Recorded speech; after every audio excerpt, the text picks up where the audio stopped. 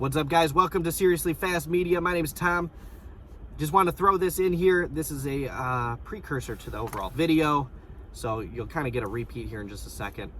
Anyway, so I want to introduce the new website. So I have seriouslyfastmedia.weebly.com. That's seriouslyfastmedia.weebly.com. We're going to do some fun stuff with that. I got some articles already punched up on there. A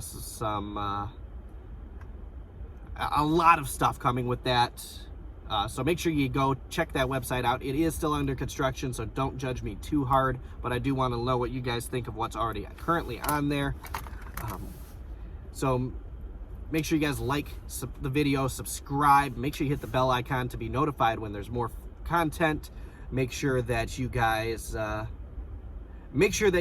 go ahead and like the Instagram. Make sure you guys follow on Twitter. We want to get the social media presence growing, and I will be out of Facebook jail soon. Thanks for watching, guys. Now to the video. Good morning, everybody, and welcome to the first post-race show for NASCAR's newest season here on Seriously Fast Media. My name's Tom, and I'm going to be your host today, as with any day. So, welcome, guys. So check it out. We are the first post-race show for 2021. The Busch Clash was exciting. It did not disappoint. We had a lot of beating and banging, and we had one of the most stellar Busch Clash finishes ever. And you know what? Whoever says that they should not put the Busch Clash on the road course, that's not NASCAR. You guys got to stop, because that was just a stellar race. And you guys, if you don't like that kind of racing, don't even watch. So you had Ryan Blaney start on pole. You had every driver made it into turn one, which was fantastic, because let's be honest, we've seen that not happen before. You had a lot of good hard racing, but of course, once Denny Hamlin got up front at a road course at Daytona, he got by Blaney and he took off. You had a caution flag for debris, which was mostly just dirt, because who would have thought that the very first Cup Series dirt race would have come from the Daytona road course? I mean, who would have thought that?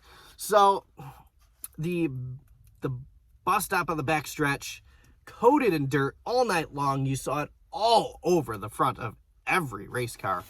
I mean, it was just ridiculous to watch. It was fun. It was funny. You know, you had these drivers who did better on dirt, that do good on dirt. They kick through. Maybe we saw a little hint of what's coming later. Just kidding.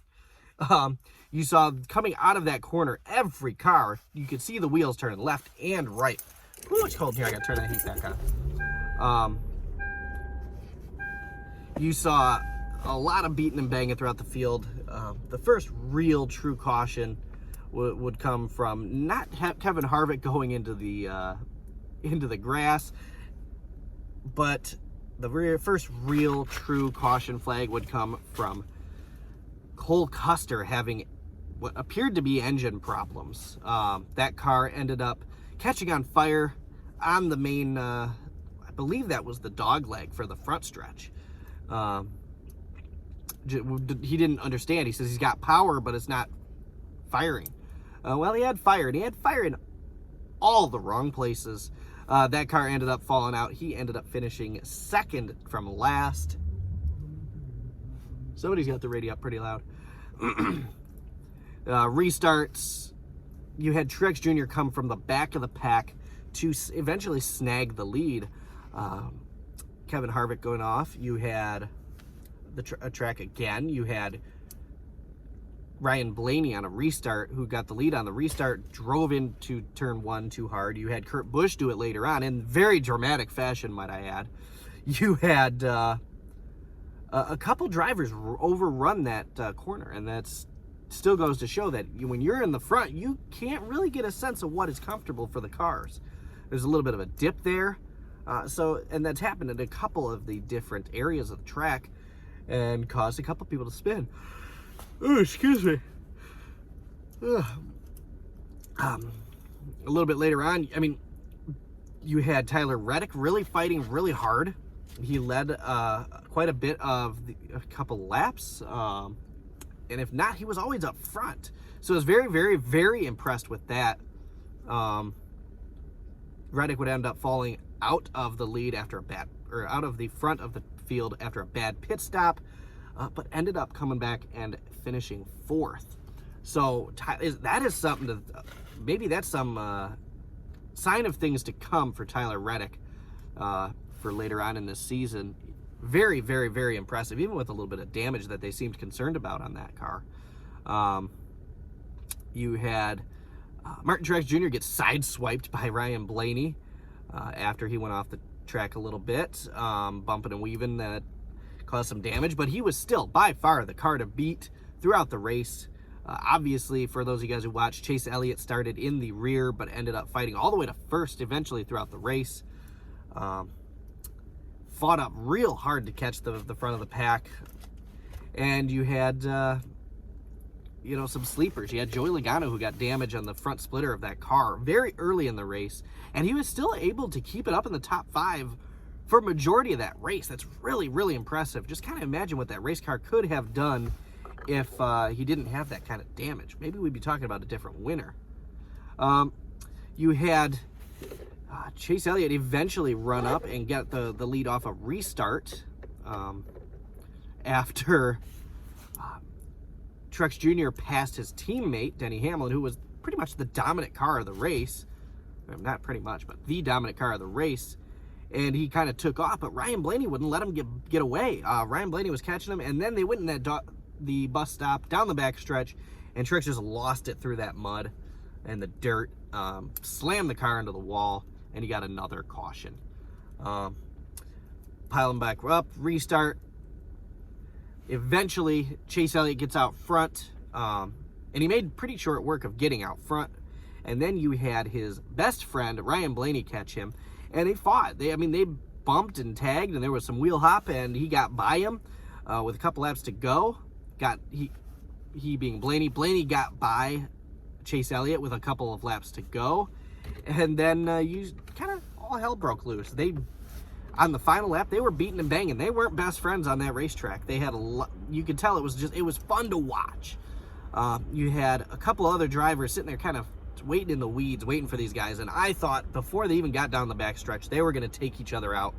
Coming around one of the bends, Chase Elliott got sideways. I thought he was going to get sideways, get into Blaney, and then whoever was next was going to end up fighting for that win. Didn't happen. They kept it going. They kept it going straight, even with some more wheel hop. Continued the beating and banging. Chase kind of fell back, and even Boyer goes, hey, he's too far back. Coming out of the backstretch bus stop, he just kept dive bombing him. But coming out of that bus stop, there was no way Chase Elliott was gonna have it. He couldn't catch him. And then going into the final chicane, shades of the Charlotte Roval. You had the two leaders get into each other. Chase got into Blaney. Blaney came up into Chase, and it spun Blaney across the turtles, putting Blaney pretty hard into the wall. Chase was not able to get the power down, and he got passed by none other than KFB. Rowdy Busch went on, stole the Busch Clash win for his second career Busch Clash, followed by Chase Elliott in not so close second, but also not too far behind. Then you had Joey Logano, Tyler Reddick in 4th. Like I said, very impressive. And William Byron, who blew a tire coming out of the pits. The pit gun probably ripped the valve stem off that. Did some damage to the car. Still managed to finish 5th. Denny Hamlin 6th. Alex Bowman 7th. Even after being slammed into the wall by Chris Buescher. Eric Jones in his first time in that race car, 8th. Ricky Stenhouse 9th. And Matt DiBenedetto in 10th. The story I talked about kind of all week, whether it be on my live on Instagram, whether it be on here, was Ty Dillon. Ty managed to do not quite as impressive as I thought he would. You know, whether that be just him not having a good race, him not having the car set up, whatever it may be. He finished 18th. He ran up towards the front a couple times, but not quite as hopeful as I kind of was for him. Or his finish wasn't quite as much as whatever. You guys know what I'm saying. Anyway, my takes on that race: watch out for opposing drivers on road courses. Chase definitely has his work cut out for him.